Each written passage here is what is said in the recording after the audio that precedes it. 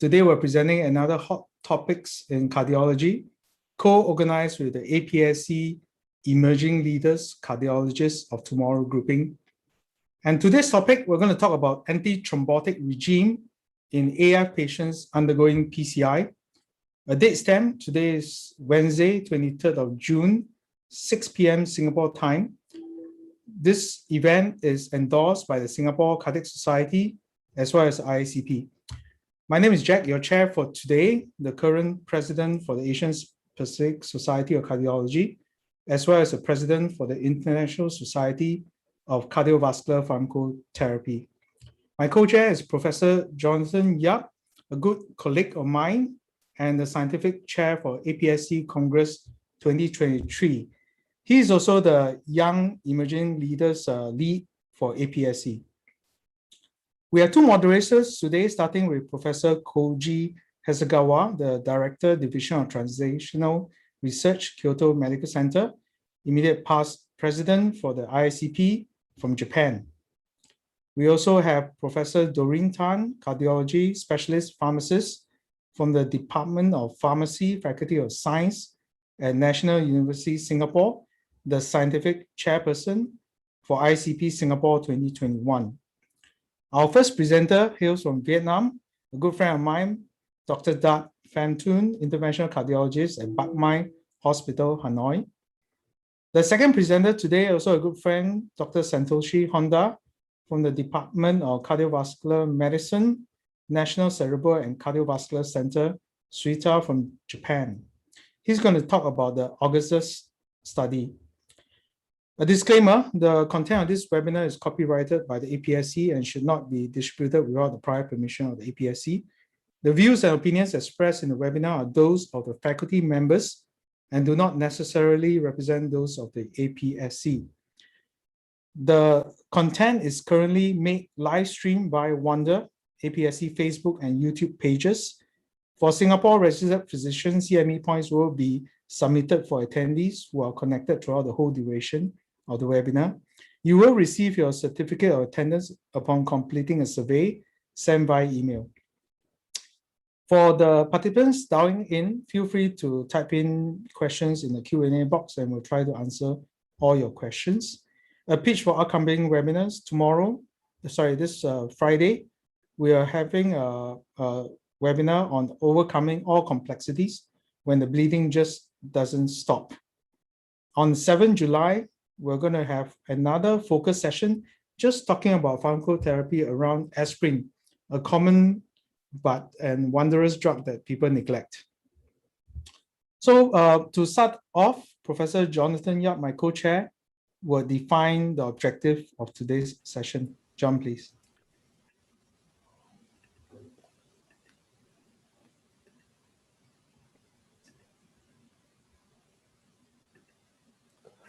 Okay, thank you, Dr. Jack, for the very kind introduction. So today I want to give a very brief run-in to our APSC Journal Club Series, Hot Topics in Cardiology.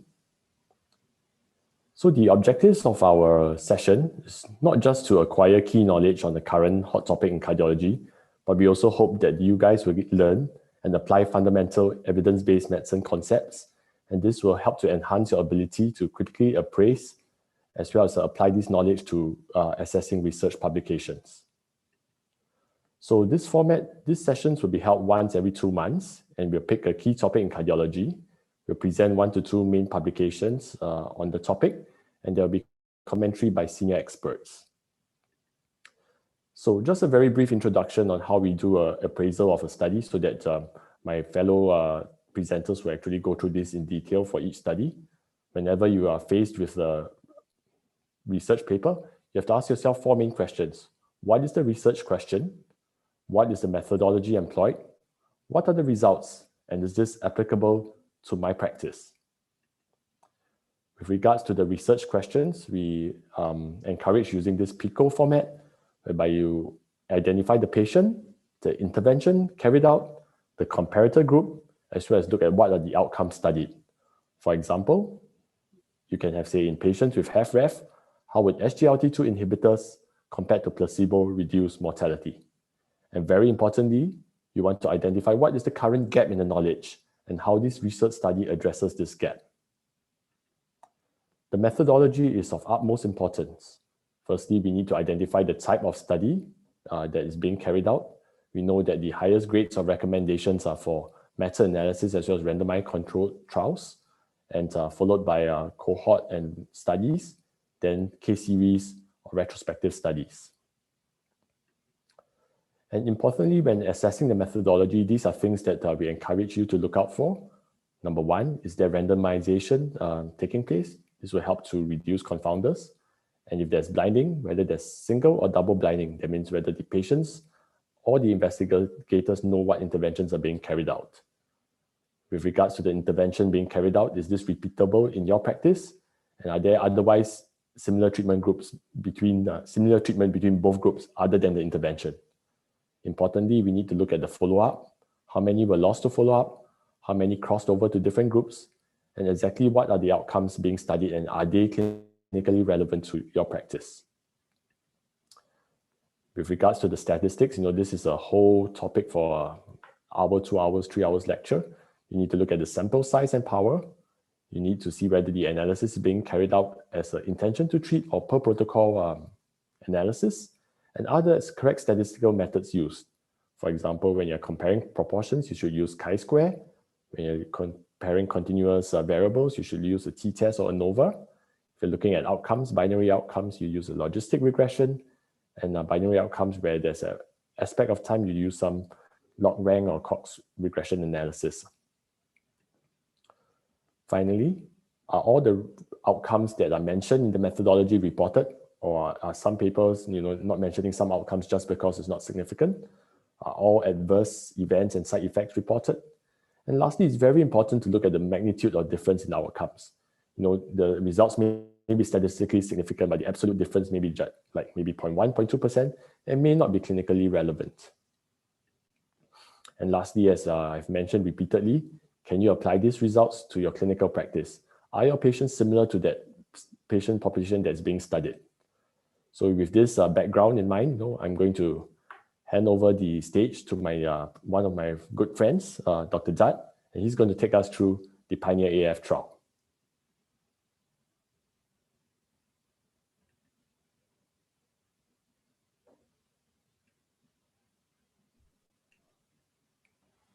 Dat, you're still muted. Maybe you can unmute yourself. Okay, good. Great. Yeah, good evening, everyone. Thank you, Prof. Dat Phan and Dr. John for your kind introduction, and thank APSC for giving me this opportunity to present in the APSC Journal Club Series. And the trial I would like to present to you today, the Pioneer AF PCI. So I divided my presentation in 3 parts. Firstly, I will begin with the introduce the methods and result of this trial. Then I move on to the critical appraisals, and finally clinical implication.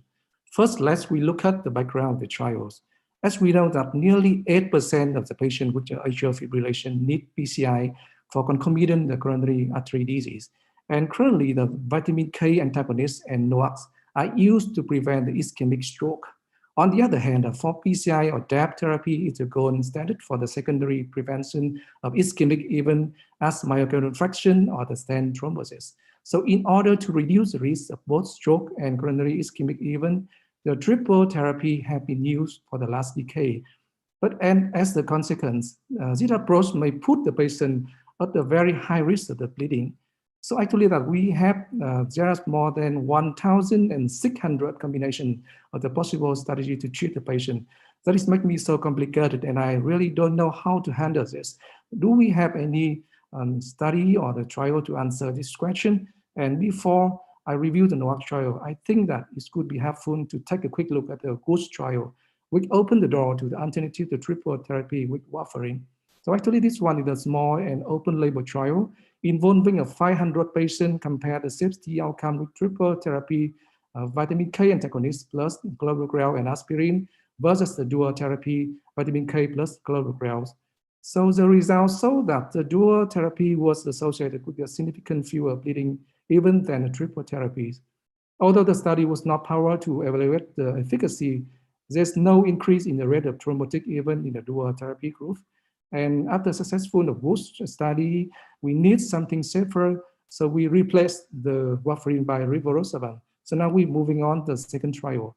This one is the Atlas ACS2 TME51 trial to evaluate twice daily the rivaroxaban as dose, very low dose, 2.5 milligram, and 5 milligram as the adjunctive therapy in the patient with recent ACS syndrome, and to evaluate the efficacy of very low dose regimens.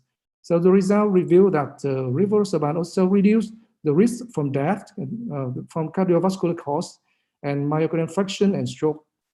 So from the Woods trial and Atlantic ACS trial, we conclude that when you get less, you gain more and reduce the bleeding and ischemic event. We had to test the hypothesis. That's the reason why the Pioneer trial was designed. So this one was published in the New England Journal of Medicine 5 years ago. And the objective of this trial to assess the safety of rivaroxaban treatment strategy compared with the current standard of care in the patient with non-valvular atrial fibrillation undergoing PCI with stent placement. And looking ahead to the key inclusion and exclusion criteria, the trial recruited the non-valvular AFib patient and undergoing PCI with stent placement and INR were 2.5 or below the randomization. In contrast, the major exclusion criteria were contraindication for anticoagulant or antiplatelet therapy or unacceptable risk of bleeding. And another exception that history of stroke and creatinine clearance less than 30 minutes per minute at the screening. So what would I really use to focus on here, the trial design? This is an international multi-center randomized and open label trial. But at randomization day, the investigator will decide what intended P2Y12 inhibitors and duration of that patient would be received. And the patient will randomize within the 72 hours after the cyst removed on when the INR was 2.5 or lower. They will divide it equally to group 1, 2, and 3. And as you can see that the first arm is the Woods trial. We take away aspirin, the patient will receive the rivaroxaban with a low dose 15 milligram plus clobrogram for 1 year. And the second arm is the Atlas line, very low dose, we call the baby dose, 2.5 milligram rivaroxaban twice daily, plus DAP for given 1 or 6 or 12 months. And participants who receive the treatment for just only 1 or 6 months and receive the rivaroxaban dose, the 15 milligram once daily plus aspirin for remainder of the 12 months. And what about the competitor arm? It's a traditional triple therapy with warfarin plus DAP for 1 or 6 or 12 months. And the transition after the patient complete 1 and 6 months is the vitamin K antagonist plus aspirin to the rest of the year. The primary safety endpoint was composite of major and minor bleeding according to the TME criteria of bleeding requiring medical attention.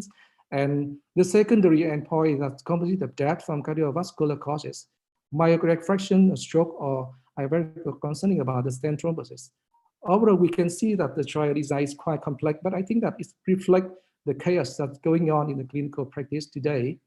So turning to the result of the trial, the baseline characteristics were well matched across the treatment groups, and most of the patient participants were the white man. And when we see that the intended the P2Y12 inhibitors for the most patient was clobrogram, 2/3 of patients were received the DES. So among the patients who received a vitamin K antagonist, the time in the therapeutic ways was 65%. And I think that is quite excellent result because it's very difficult to keep them in the safety range like this. So let's turn our attention to the primary outcome. As you can see in this line graph, the brown line at the top indicates that the huge incident of clinical significant bleeding requiring the medical attention and major bleeding, that's nearly 27% over 1 year of exposure to group 3. So we found that a very dramatic drop here, leading from the 27% for warfarin plus DAP arm to 18 and 16% with 2 different rivaroxaban state strategies. Precisely, we don't need to treat 11 to 12 patients to prevent bleeding events in this primary endpoint. On the contrary, that we didn't find any significantly differences of major adverse cardiovascular event among the 3 treatment groups. The incidence was roughly about 6%. However, we very careful because the trial was not powered to evaluate superiority for the ischemic endpoint. So as the interventionist like Prof. Dat Phan and Dr. John, I'm so curious about the rate of the stent thrombosis. And in fact, the rate of stent thrombosis was very low and similar among the 3 groups. Interestingly, among the ischemic event, we only saw the rate of rehospitalization due to the cardiovascular event and bleeding was what reduced with the reversible strategies. Okay, so now I'm approaching the most important part of my presentation is the critical appraisals of these trials. I think that even though this trial were reported 5 years ago, but we can list here some strong point of the trial. Firstly, the important safety endpoint were analyzed at the clinical significant bleeding, medical attention, consider patient quality of life and healthcare costs. And secondly, it is the blinded adjudication for efficacy endpoint. And this was the largest triple therapy study to date. And finally, no patient who lost the follow-up is the most interesting strength of the study. So I think that the pioneer app was the pilot trials. The very first step, we withdraw the aspirin. So not surprisingly, there is a lot of limitation, and we go through all the aspects of critical appraisals as Dr. John mentioned above. I think that firstly, the study design perfectly answered the research question with the patient are non-valvular AFib who undergone the PCI with placement of stent. The intervention is 2 reversible strategy treatment. Commentator is the traditional warfarin plus DAP. And finally, the outcome, the clinical significant bleeding is the primary endpoint. So, but when we look at the baseline, the demographic, that it is quite perfect for trial, but it does mirror your clinical practice because you can see that most patients will receive the clopidogrel. It means that we need the further study to necessary to understand full field about the integrated drug using with ticagrelor and prasugrel. And you can see that time in therapeutic range was 65% and no loss to follow up. I think that is not easy to get in the daily practice. And finally, only below the 5% of the population is Asia. So that makes me very difficult to draw the implication of this trial. So regarding the methods, I think that it is a randomized trial. We can say yes. However, the open label design lean toward the bias because as both the patient and the physician are aware which group they are receiving and what type of treatment. And baseline demographic was similar but between 3 groups. No loss to follow-up, and I mentioned a moment ago, and we can say yes to clinical relevant outcome.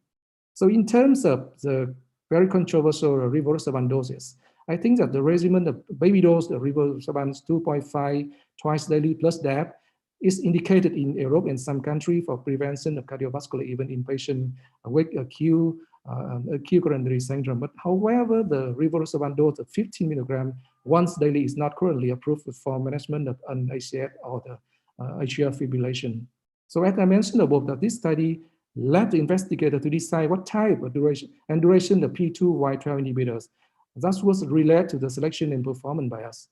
And moving on the right-hand side, you can see that 2 small boxes. I'm sorry that the diagram is too small, but I really want you only to notice that there is nearly half of group 3 and group 2 and group 3 received the triple therapy for 1 year. So despite the fact that the trial encouraged the investigators should try to reduce the triple therapy duration as much as they can. So it's very controversial.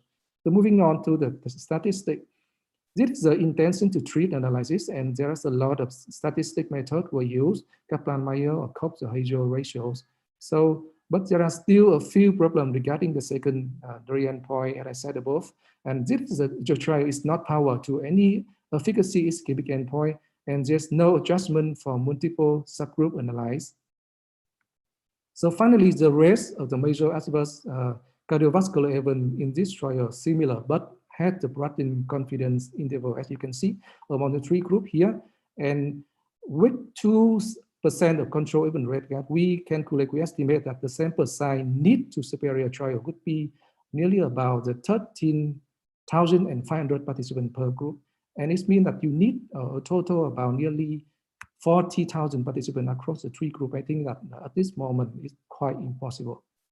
So the next few slides, we cover the clinical implication. So in 2017, the NHCS focused update on dual antiplatelet therapy in coronary artery disease were released, which the top message was the duration of triple therapy should be limited up to maximum 6 months or omitted after the hospital discharge. Consider the ischemic risk as well as the bleeding risk.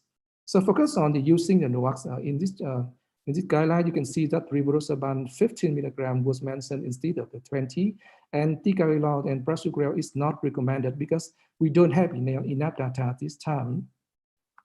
So after 1 year, the North American perspective introduced the clearest algorithm on how to manage the triple therapy. However, this was the story of 3 years ago, and I'm really waiting for update of recent trial and newer guideline from the next presentation from the Dr. Honda. So finally, I now will answer the question that is, how will Pioneer IF PCI trial change my practice? So I think that after the Pioneer IF trial, we can now incorporate the NOAC, especially here the rivaroxaban to regimens of the patient with the IF undergoing PCI. I will choose the rivaroxaban 50 milligram plus clopidogrel in most patients, and especially in the high-risk patient, such as the multiple stent, the Lapman, disease when DAP is needed. I will use the triple therapy as the rivaroxaban very low dose 2.5 milligram plus aspirin and clopidogrel. For the first month, and I changed to the clopidogrel and rivaroxaban as above. So it brings me to the end of my presentation. Let me recap the main point. The Pioneer is an important and robust contribution to the currently limited evidence base regarding the IF and PCI, and providing critical information on the safety of the rivaroxaban-based strategy. So in this trial, the both rivaroxaban-based strategy demonstrated the significantly improved the safety versus vitamin K antagonist plus DAP. And major limitation of the Pioneer IF PCI is that it's not powered for cardiovascular, even compounds of death, myocardial fraction, or stroke. And there is uncertainty about the effectiveness of this regimen on outcome. And finally, when we consider both safety and practical use, the reduced dose of the rivaroxaban 15 milligram plus single anti-plaque therapy could become the approach of choice once approved. So what we now hear at this point is that optimal antithrombotic therapy requires a balance between the efficacy and safety based on the individual approach, like the tightrope walker. Thank you for your attention.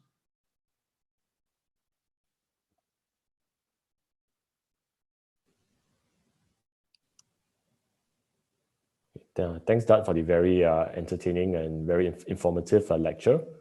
Right now, we will come to a quick discussion on this Pioneer AF PCI trial. If the audience have any questions that they would like to ask, you can post them on the Q&A site and we'll try to address them. In the meantime, maybe I'd like to ask the panel, what's your usual practice when you have a patient who's undergoing a PCI and has AF? What's your usual regime? Maybe I can start with that. I think that from my presentation, I always use the rivaroxaban. If I use the triple therapy, I always use the rivaroxaban 15 milligram plus that for the first month. So I change to another dose, the rivaroxaban plus clopidogrel for the end of the years.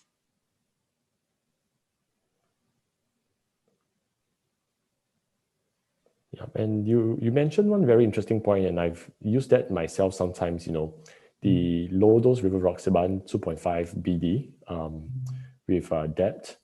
So in what instances, I mean, you mentioned the left main and all that, are there any other instances whereby you find that it's particularly useful?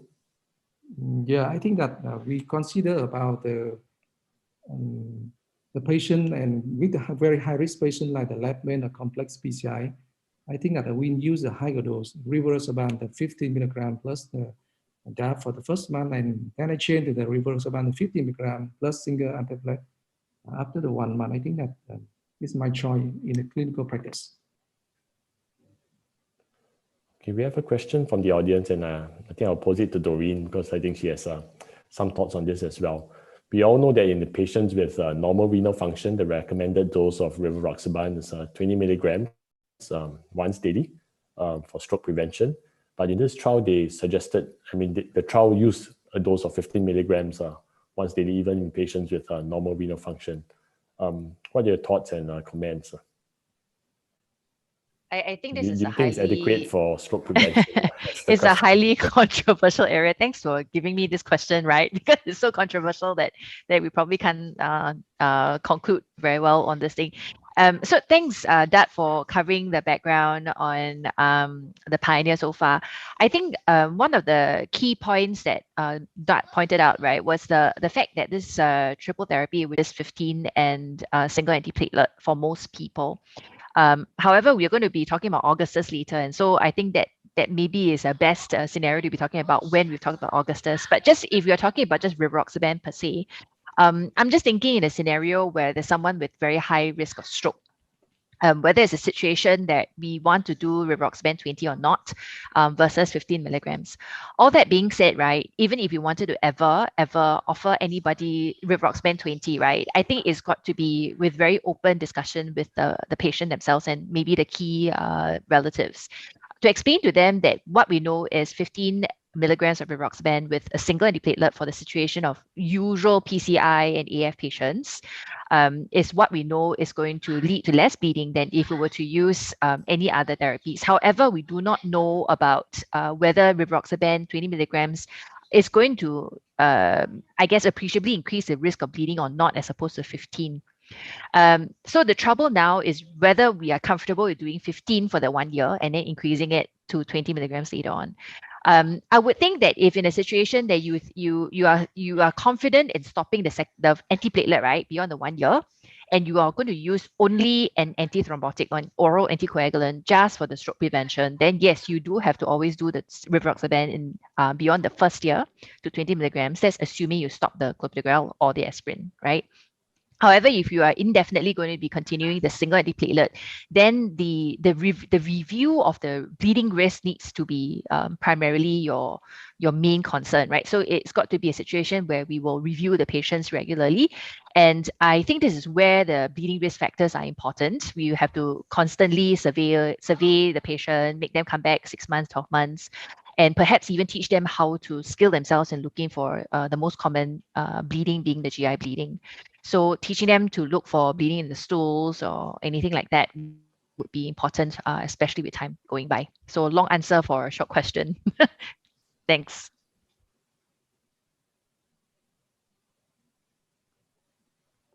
Professor Koji, you have any thoughts on? Yes, thank you very much. And this Pioneer AF study is an excellent study because it's published in New England Journal of Medicine. But I have, I'd like to point out several important points that you can check the exclusion criteria. The patient do not contain the history of stroke. So I think that there are two parts, the prevention of stent thrombosis and prevention of stroke due to AF. And in this population, the prevention of stroke in AF is not so much. So that is the reason why they have used the arm of 2.5 milligram of rivaroxaban. Actually, in Japan, 2.5 milligram of rivaroxaban not approved, but I don't think this dose of rivaroxaban is enough to prevent the stroke in patients with AF. So I think for in patients with high risk of thrombotic events, and I think we have better use the rivaroxaban 15 milligram rather than 2.5 milligram. Okay, thank you. John, if I may add something about the Pioneer design, I think Dat pointed out very nicely that it was powered against bleeding endpoints, right? And that means that for the ischemic endpoints, and he nicely calculated for us that it requires 13,000 patients in order to show a difference. So we cannot be using the Pioneer conclusions to say that for sure it's protective against ischemic endpoints like a recurrent event of an MI or stroke. So where ischemic outcomes are concerned, it's inconclusive with respect to the Pioneer findings. Yeah, so to address the other question, Dr. Jack, you want to say something? Yeah, if I may jump in, congratulating Dat as well. Excellent presentation. I think the questions are difficult to answer because, for example, Dr. Koo Niming's question is whether we can shorten the triple therapy to 1 week with rivaroxaban 15. So if you ask me, there are 10,001 combination, duration, and shortening and clinical scenario that you need to put into the mix. So I think the main questions to think about is your patient, what is the actual stroke prevention risk? And even the CHEST score is high, it doesn't mean that it strokes out within the 3 months or 6 months. You can't predict that. But as an interventionist, I do know that the risk of stent events and ischemic thrombotic event after a newly implanted is definitely there, it's high. So I'm quite concerned about efficacy and dropping agents. So then now the question is, what is the complexity of a PCI, the clinical scenario of the PCI? Is it ACS or stable? Versus what is the actual bleeding risk, balance of with the actual stroke risk. I think the stroke risk, often people are afraid of it, but the stroke risk actually is in the background is not actually that super high. But the ischemic risk and the bleeding risk are probably more real. So I think the answer to whether you can shorten to 1 week, I think in a lot of guidelines, they say you can actually, if it's a stable CAD, PCI, straightforward. I think 1 week, then truncating to a dual therapy is actually pretty safe in most scenarios. But if it's an ACS, there's complex PCI, I'm a bit wary about dropping the antiplatelet agents too early. So, and I think I like this regime, at least there's some backing to say that reduced 15 milligram dosing seems to be effective. But again, this is not an efficacy trial. And if you really have a lot of high bleeding risk, then dropping aspirin seems to be the approach that most trials are pushing towards with a P2Y12. Now, of course, don't forget your interventional approach like IVUS guided PCI, a bit more confidence about how you do it properly, like the Japanese, for example. And of course, PPI protection, radial approach, all these other hygiene factors you need to think of when you do a PCI for this group. So those are some of my thoughts. Back to you, John. Yeah, so I think the panelists and discussants have actually raised very important pointers, when this trial actually provides us with some backing, some regimes that have shown at least on a randomized control trial basis to work. So 15 milligrams, it's been shown to be at least lower bleeding, somewhat as efficacious, but we are a bit uncertain about that. And Prof. Koji also highlight the importance of actually reading the fine lines, patients with stroke were not included and all that. So as I said, we need, when considering the regime for each patient, we need to see whether this patient fits the criteria of the trial. We are going to come back to this topic, but I think for further discussion, it'd be good to actually hear what the Augustus trial actually brought forward, and then we can have a more meaningful discussion. So maybe without further ado, I'll invite another friend of mine, Dr. Satoshi, to present the Augustus trial. Okay, thank you, John. I'm sharing my slide.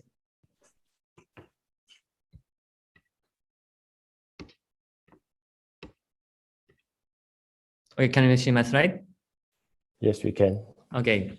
It's my great pleasure to have presentation on the second APSC Journal Club.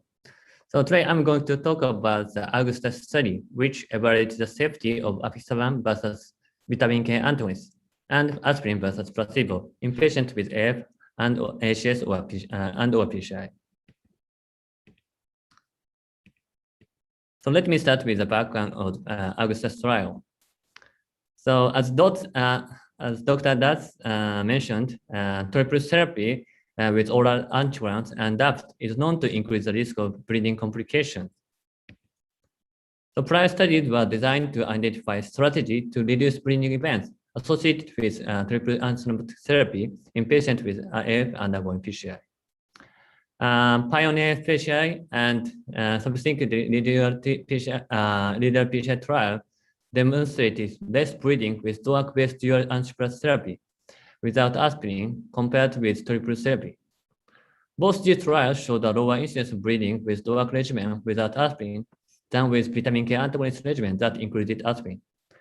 However, it was unclear whether the bleeding reduction in those DOAC trials was due to the use of DOAC instead of vitamin K antagonists or due to the removal of aspirin from the triple therapy. So therefore, the Augustus trial was designed to evaluate two safety hypotheses in patients with AF with recent ACS and or PCI. The first hypothesis is that apixaban is non-inferior to VKA for the ISTH measure or clinically relevant non-measure bleeding. And the second hypothesis was that aspirin is inferior to placebo for ISTH measure or clinically relevant non-measure bleeding in patients with oral anticoagulants. To answer these two questions in a single trial, the authors conducted a 2x2 factorial design trial. This slide shows the trial design. A patient with an NHCS or undergoing PCI with non-valvular F and plan treatment with P2 inhibitor and oral anticoagulants for at least 6 months were included in the study during their NHCS and post-PCI hospitalization. A patient were randomized using 2x2 factorial design to either apixaban 5 mg twice per day or VKA, and to either aspirin or aspirin placebo. So let's look at exclusion criteria. Patients who using anticoagulants for non-AF conditions such as venous thromboembolism and mechanical heart valves were not eligible for the study. Other exclusion criteria were severe renal dysfunction, history of intracranial hemorrhage, recent or planned CABG, coagulopathy or ongoing bleeding, and contraindication to study drugs. But this study did not exclude patients with a history of stroke. So the primary outcome of this study was a composite of major or clinically relevant non-major bleeding defined by ISTH. And the key second outcomes were composite of death or hospitalization and the composite of death or ischemic events. This slide shows the randomization and follow-up. A total of 4,614 patients were randomized. The primary outcome analysis were performed using dataset of patients who received at least one dose of trial drugs or placebo. The second outcome analysis included all patients who underwent randomization according to the randomized groups. So in this study, a hierarchical testing strategy was used to compare the effects between apixaban and VK treatment groups. So non-inferiority for the primary safety outcome was tested first. If non-inferiority for the primary safety outcome is demonstrated, then superiority primary safety outcomes was tested. So this is baseline patient characteristics. The characteristics were well balanced among the trial groups. The mean age among the all patients was 71 years, and 29% of participants were women. The median Chatzky score was 4, and the median Hasbro score was 3. With regard to the concomitant P2 inhibitor at randomization, about 93% were treated by clopidogrel. Approximately half of patients had recently used oral anticoagulants. And when we look at the clinical presentation, 37% had acute coronary syndrome and underwent PCI, 24% had medically managed acute coronary syndrome, and 39% underwent elective PCI. And mean date of randomization from NHCS or PCI was 6.6 days. And this slide shows time in therapeutic range among patients assigned to VKA. The target INR was between 2.0 and 3.0, and the median time in target INR was 59%, which was relatively lower than that in the previous study. For example, the Pioneer F trial, time in target INR was 65%. So yes. And because this study was 2x2 factorial design, there may be concern about the interaction between randomization factors. However, as you can see, no significant interaction was noted between the two randomization factors with regard to the primary outcome and key secondary outcomes. So let's see the primary outcome. This is a comparison between apixaban group and VKA group. At 6 months, apixaban was associated with a 4.2% absolute reduction in major or non-clinically relevant non-major bleeding when compared to warfarin. And hazard ratio was 0.69, p-value was less than 0.01 for non-inferiority and for superiority. So this is a comparison of primary endpoints between aspirin and placebo. Aspirin used in addition to oral anticoagulants was associated with a 7.1% absolute increase in major or clinically relevant non-major bleeding. And the difference was highly statistically significant, and hazard ratio was 1.89. So these are Kaplan-Meier curves for the primary endpoints according to the combination of intervention. The percentage of patients with primary bleeding outcomes was highest among those receiving VKA and aspirin, and lowest among those receiving apixaban and placebo. So I'd like to move on to secondary endpoints. This was hospitalization between apixaban group and VKA group. As you can see, apixaban was associated with a 3.9% absolute reduction in death or hospitalization when compared to VKA. And the difference was mainly driven by reduction in hospitalization because the frequency of death was similar between the groups. So this is a comparison between aspirin and placebo groups. There are no significant difference in death or hospitalization between the groups. So these are Kaplan-Meier curves for death or hospitalization according to the combination of intervention. The cumulative incidence of death or hospitalization at 6 months was highest among VKA and aspirin, and lowest among those assigned to apixaban and placebo. So what about other ischemic outcomes? This is a comparison between apixaban and VKA groups. As you can see, stroke was significantly lower in the apixaban group than VKA group. And the incidence of hospitalization was also significantly lower in the apixaban group than VKA group. So this is the outcome, ischemic outcome between aspirin and placebo group. There were no statistically significant differences in ischemic outcomes.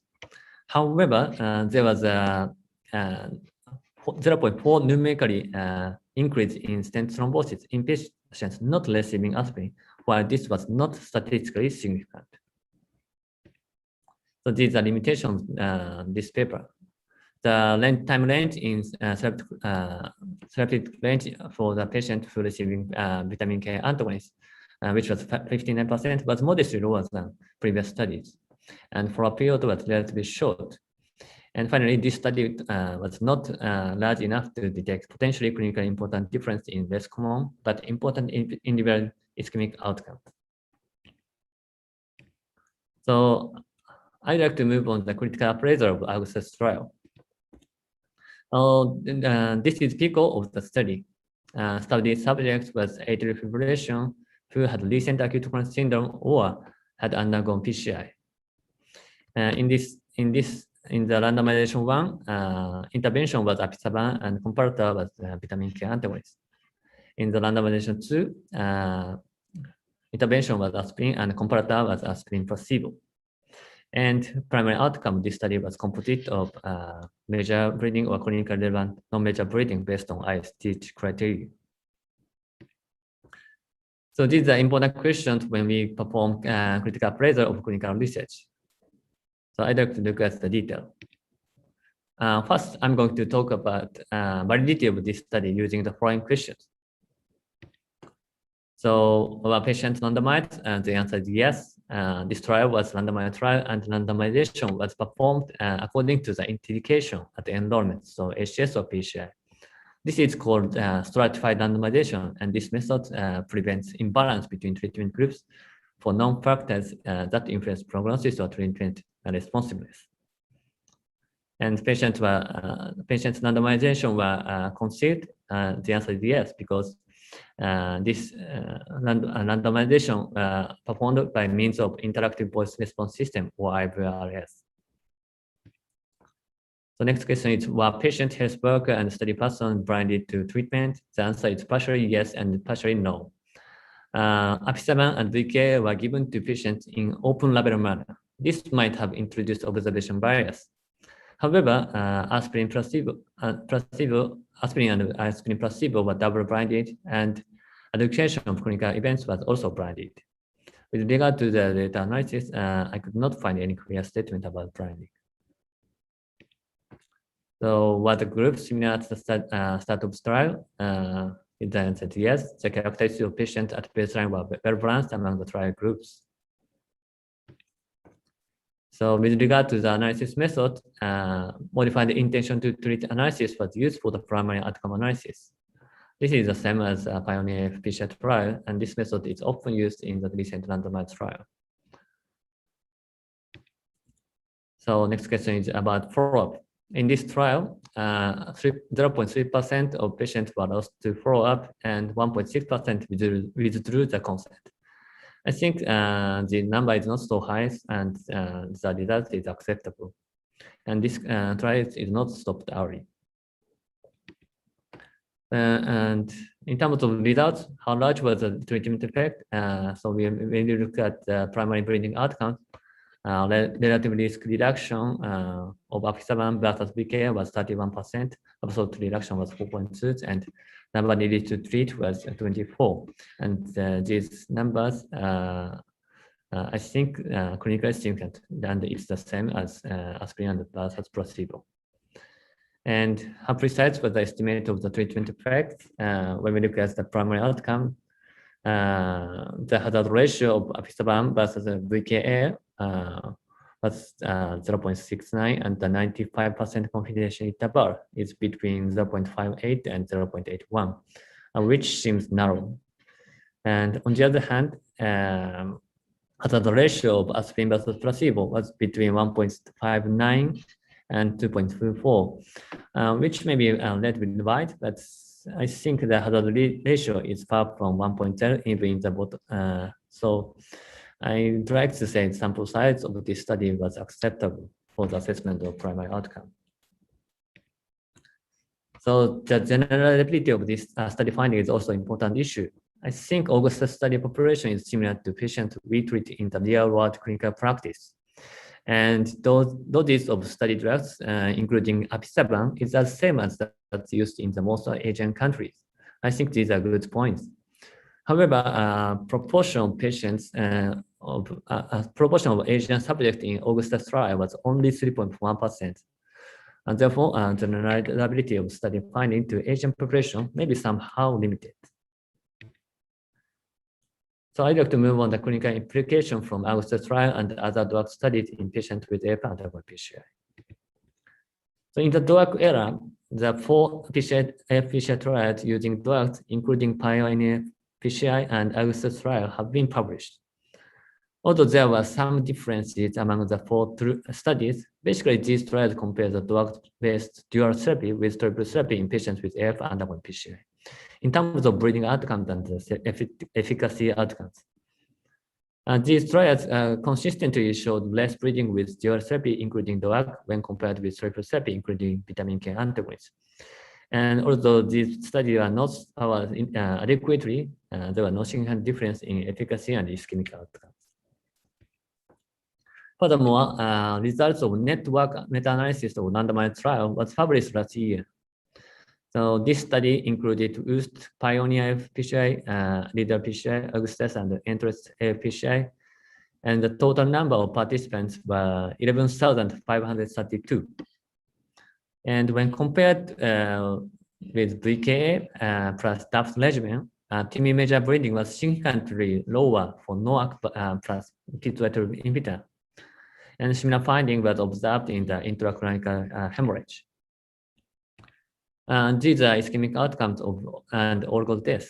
No differences were found among the antithrombotic regimen in terms of myocardial infarction, stroke, stent thrombosis, and all-cause death. Thus, this meta-analysis further confirms the safety of dual therapy with drug compared with triple therapy, including vitamin K antagonists in patients with AF undergoing PCI, whereas such efficacy endpoint may be still underpowered. So finally, I'd like to quickly look at the current ESC guideline. According to the evidence from 4 PCI trials using drugs, 2020 ESC guidelines recommend a short period of triple therapy, followed by period of dual therapy in patients with AF undergoing PCI. So these are take-home message. In patients with AF and NHCS or PCI, antithrombotic regimen of PKA plus DAPT should generally be avoided because regimen in which aspirin is discontinued may lead to lower risk and no difference in antithrombotic effectiveness. And the use of drug plus P212 inhibitor without aspirin may be the favorable treatment option and the preferable antithrombotic regimen for most of patients with AF and PCI or ACS. Thank you for your attention.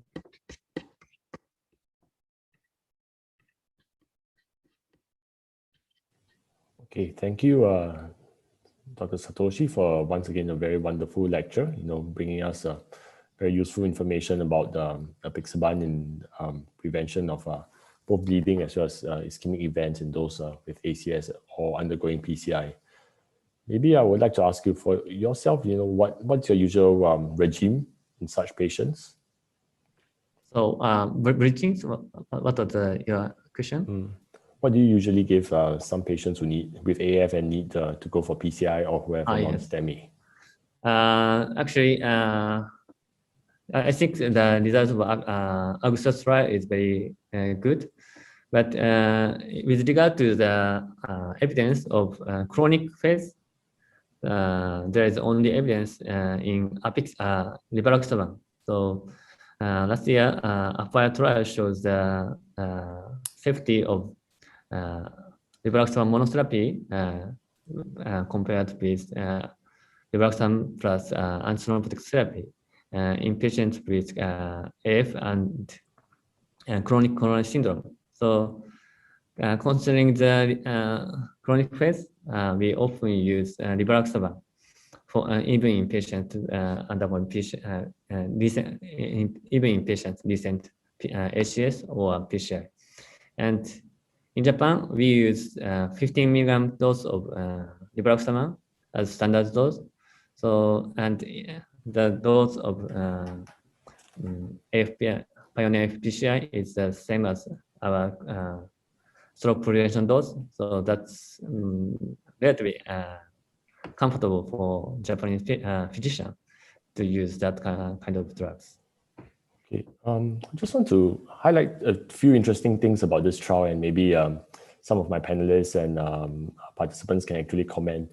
I think this is, we have a few of these NOAC trials out there. They started off with the worst. Then after that, there was the Redual, Pioneer, AF, and then Augustus. This is one of the few trials that actually used single antiplatelet with warfarin. And most of the other trials actually used warfarin together with dual antiplatelets. Any thoughts on that? And one of the second comment is these Augustus trials, they actually use the full dose of apixaban for stroke prevention, 5 BD, as compared to the Pioneer AF trial, whereby they use a slightly lower dose of 15. Do you think it makes a difference in terms of selection for what you would choose for your patients? Maybe I will ask Professor Koji. Yes, thank you very much. Just I'd like to make a comment about the stent thrombosis, and both trials shows 0.8 or 0.9% of stent thrombosis, but actually the stent is changing. And in case of Japan, that stent thrombosis is not so much, less than 0.2 or almost zero when we look at the data of stop gap 2. Probably also due to that we are frequently use the IVAS as President Jack described that. So in more than 90% of cases, the interventional cardiologist to utilize IVAS. So that is the reason why the stent thrombosis is low. And actually, triple therapy is not recommended. And the ESC guideline says 1 month of triple therapy, but in Japanese guidelines that 1 week, 2 weeks, and even in some institutions not to perform triple therapy. So, well, both trials are performed in Caucasians, and in Asians that bleeding is more and thrombotic event is less. So we need to be carefully interpret that data. Probably we are hypothesizing that less antithrombotic therapy will be okay. That some trial is ongoing to omit the P2Y12 inhibitor. Just OAC, just NOAC alone is ongoing in Japan. So. Okay, thank you very much. Maybe we'll shift gears a little bit. I think there's quite a bit of interest. So do we always have to use clopidogrel with the NOAC? Is there, if I have a clopidogrel allergy, what are my alternatives? Can I use ticagrelor? Can I use aspirin? Maybe Doreen, you want to share some of your insights into this? I think the simple answer to that is we have no data with the more potent antiplatelets, if any of these in combinations with the OAC. So we can't comment on whether the more potent antiplatelets should be used. Perhaps a more pertinent question is whether we could use aspirin in place of clopidogrel as a monotherapy. That's also quite hard to answer because we have no data in that arena. I was just commenting to both Dat and Satoshi that like all these studies that were designed so far seem to intentionally cut out warfarin and aspirin from the story, right? Because they're all intentionally seems to be designed such that the single antiplatelet use is always clopidogrel. And warfarin was actually disadvantaged in all the studies because we were targeting for a target INR of 2 to 3 when DAPT was being used, right? So why is it that we use a lowered dose of rivaroxaban of 15 milligrams, but yet we targeted for full INR range of 2 to 3 with warfarin? Yeah, so there's no simple answer to this, but I would think that in a setting where in Asia, I think this phenomenon of the CYP2C19 loss of function is a large problem, which is highly unstudied. And so I would think that in a patient with very high risk ischemic lesions, it might be reasonable to consider either the use of aspirin as a monotherapy if you can't potentially use clopidogrel, or you think that it's too much at risk if you use clopidogrel as a monotherapy. And you might think that a DOAC plus clopidogrel alone is not enough to prevent stent thrombosis. What Prof. Koji mentioned about the use of single OAC, and that's in the AFIRE setting, right, Prof. Koji, with respect to rivaroxaban used as a monotherapy. Yes. I think someone mentioned that earlier in one of the questions. I'm not saying that the Japanese is too different from Asian, but I would probably caution to say that that particular study was done purely in Japanese. So we don't really know whether we could do, conclude with just an OAC, just for prevention of CAD recurrence. And that was stable ischemic heart disease. It was not even ACS type patients. So I think the key answer behind this whole question is now, large majority of patients, yes, we probably do a DOAC and a single antiplatelet. In this case, the best evidence we've got is clopidogrel. I think somebody asked about when someone has a cutaneous reaction to clopidogrel, what do we do? Probably aspirin. We don't have data with prasugrel nor ticagrelor with OAC. And we do know that it's more potent than clopidogrel and probably aspirin. And therefore, if we did the newer antiplatelets with OAC, we are likely to cause more bleeding than any of the known combinations that we use today. Thanks.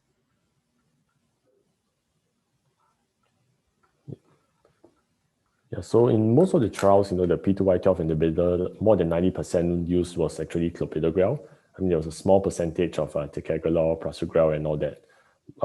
So the data we have is not strong, but suffice to say, in real life, if you really have a patient with allergy to clopidogrel, it's true we don't have firm data. But I think if you go by what's best for the patient, you have to talk to patients saying that, you can either try aspirin, potentially with lower bleeding rates, but maybe ischemic events we don't know, versus more potent P2Y12 inhibitor, which may be increased risk of bleeding. So it's really a discussion between the clinician and his or her patient. John, maybe following from what Jack mentioned earlier with respect to the risk of stroke, right? It might be also a situation to think about whether you are comfortable with just doing dual antiplatelet therapy. Like if you think it's a very high risk patient, maybe think about ticagrelor and aspirin for the first 1 to 3 months. And then don't worry about the OAC for the moment if you really think that it's a very high risk patient, right? So again, agree with your point that it has to be a total picture with discussion with patients and the caregivers. So there's another question. Yes, Dr. Jack.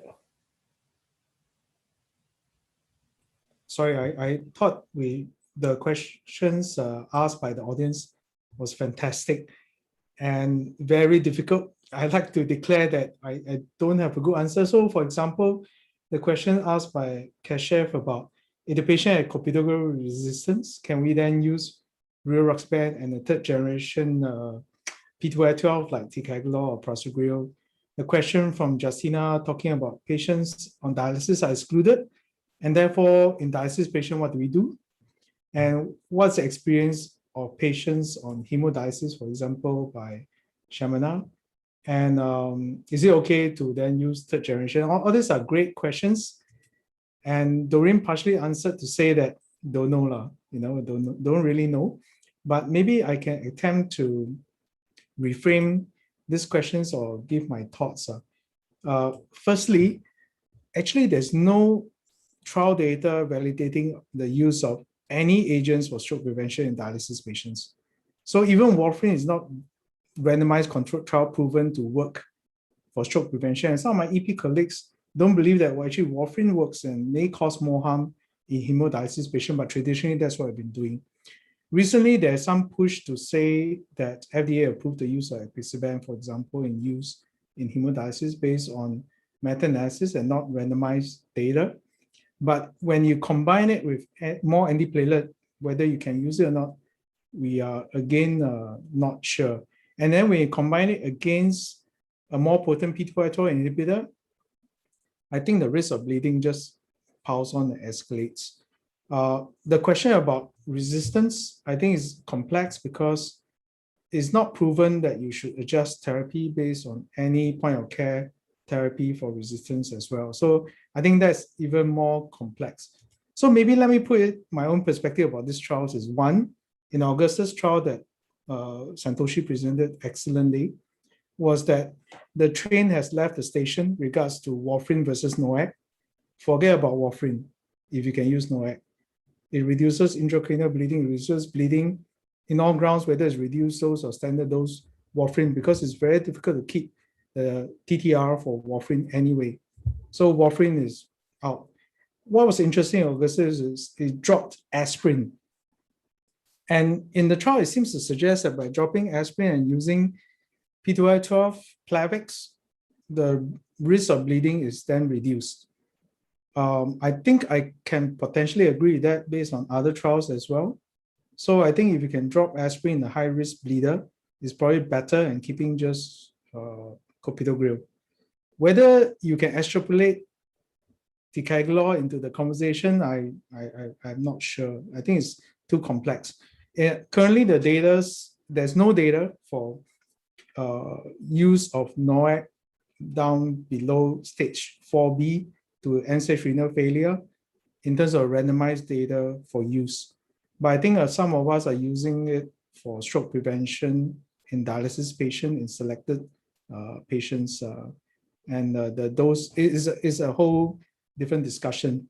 So I think a lot of the questions asked, I would declare that no data, don't know, and perhaps Doreen or Koji, Prof. Koji can chime in to see whether you have any other thoughts. Prof. Koji, perhaps? Thank you very much. I totally agree with what will happen if we use a potent P2Y12 inhibitor such as prasugrel or ticagrelor, but recently it's increasing, but probably it will increase the bleeding. So I am not sure what will happen. But anyway, I think we need the data in Asia. So we are discussing the data based on the Caucasians, and the Asians have more bleeding and less thrombotic event.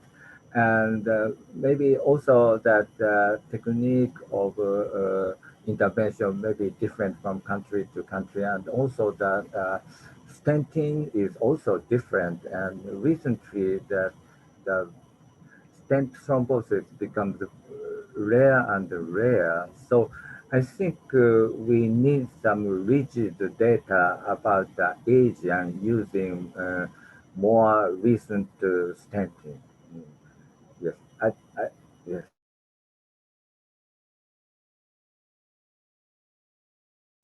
Doreen, you have any other comments?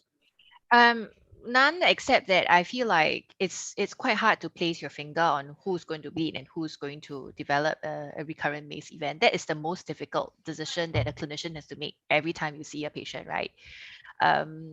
So I'm just thinking to myself that after the Augustus was published, there was a research letter that the same group published in Circulation, and they seem to have suggested that the group that used the triple therapy with aspirin seemed to have less ischemic events compared to the ones who used placebo, meaning the ones who just did dual antithrombotic therapy.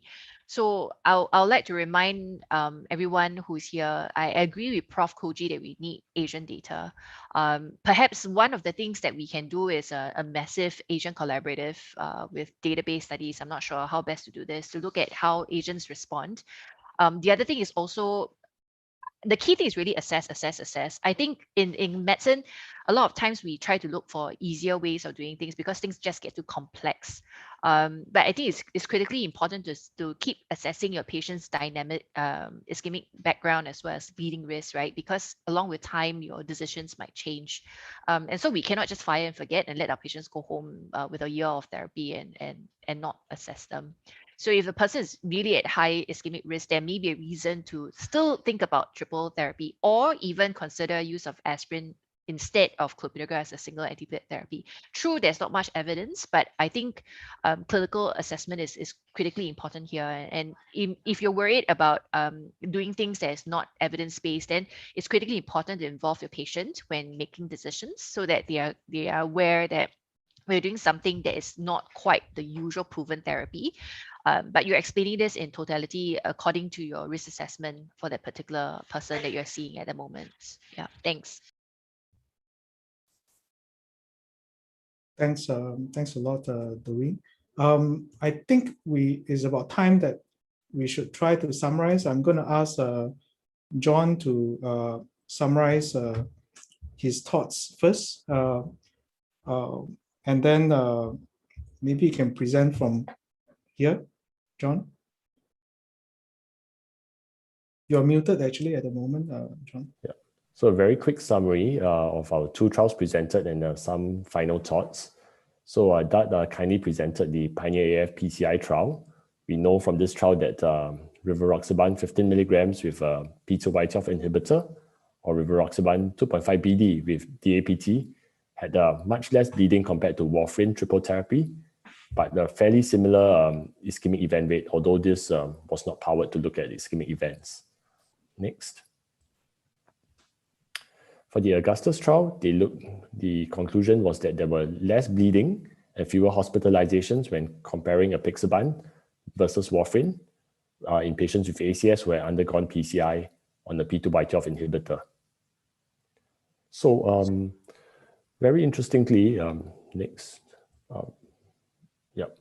The APSC has come up with a consensus recommendations. Dr. Jack Tan was heavily involved in this, and we provided some recommendations on patients who have undergoing PCI or at high thrombotic risk, as well as managing the bleeding complications. Next.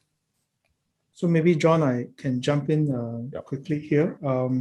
So thanks for attending this session. I think we don't have all the answers, and you can see a lot of this kind of flowcharts and guidelines. This is the APSC consensus recommendation that we got across taking comments and negotiation with stakeholders across Asia-Pac. But at the end of the day, you still have to rationalize to your individual patient. Prof. Koji was a co-author in this document as well. In the end, in Asia, we felt that it's probably safer to recommend a triple therapy regime with NOAC as an anchor up to a month, whether it's stable coronary artery disease or ACS, because the practice of PCI across Asia-Pac is also very varied and different in terms of standards and levels. Some images in East Asia, for example, with routine intravascular imaging is quite different from some countries who does direct stenting, no post-dilatation, for example. So we felt that it's safer to equalize and keep it simple and say that it's usually up to a month or triple before you truncate, because you're not too sure of the efficacy of reduced dose or dual agents, especially if the PCI is not done adequately. But you do have to bear in mind and adjust and lengthen accordingly or shorten based on the thrombotic and ischemic risk, and you have to balance it individually. The ischemic risk can include stroke risk as well. So I think we say keep it simple, recommend a month at least, and then you can lengthen or shorten based on ischemic and bleeding risk. But we do endorse that after 12 months, you can switch to a monotherapy full dose NOAC based on the renal function. So to keep it simple. The other questions about dose titration that was often asked, this consensus recommendation do say that the icon for patients who drop the GFR down to very low levels to hemodialysis, you can consider a discussion for use for NOAC between rivaroxaban and apixaban. And we do not currently endorse this discussion for dabigatran because it's predominantly renal cleared. And we don't, although edoxaban has similar pharmacokinetics to the rest of the factor 10 inhibitors, have enough data to endorse a discussion for use in hemodialysis patients. So again, John summarized these two trials very well, but these two trials are predominantly PCI patients. So the worry in my mind is the rate of stent thrombosis. I think one pointer in Augustus is that that one of the audience pick up, most of the patients had at least 7 days of aspirin on board. And in spite of that, the rate of stent thrombosis numerically was close to double that when patients actually drop their aspirin later on, although not statistically significant because these are rare events. So I like to say that in general, the consensus is just a recommendation, or guidelines are just a recommendation. You still have to look at your patient and risk stratify individually. So I would like to thank both Satoshi as well as Dat for giving us such wonderful presentation and the comments from Doreen, Prof. Koji, and the chairing by John. John, last word to you. Thank you very much. So I hope everyone learned a little bit about managing patients with AF and undergoing PCI or ACS. And we look forward to having you for our next journal club in 2 months' time. Thank you. Thank you very much, and goodbye. Thank you. Satoshi.